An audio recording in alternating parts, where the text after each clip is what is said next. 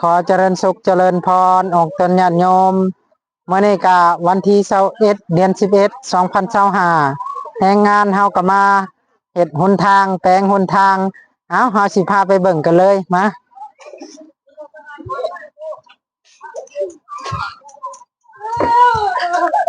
นี่มาเบิ่งหนทางนี่อันนี้ก็ไม่ออกน้อยเนาะมาเบิ่งคนแปลงทาง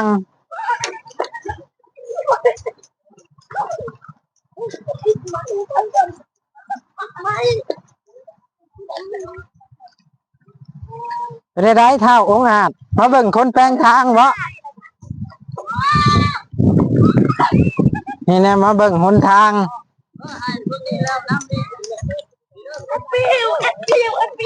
อันนี้ก็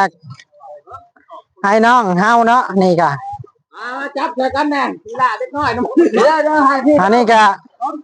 ให้น้องคนแปลงทางรีวิวบังคนแปลงทางอันนี้ก็จานโทนเนาะอันนี้เบิ่งรีวิว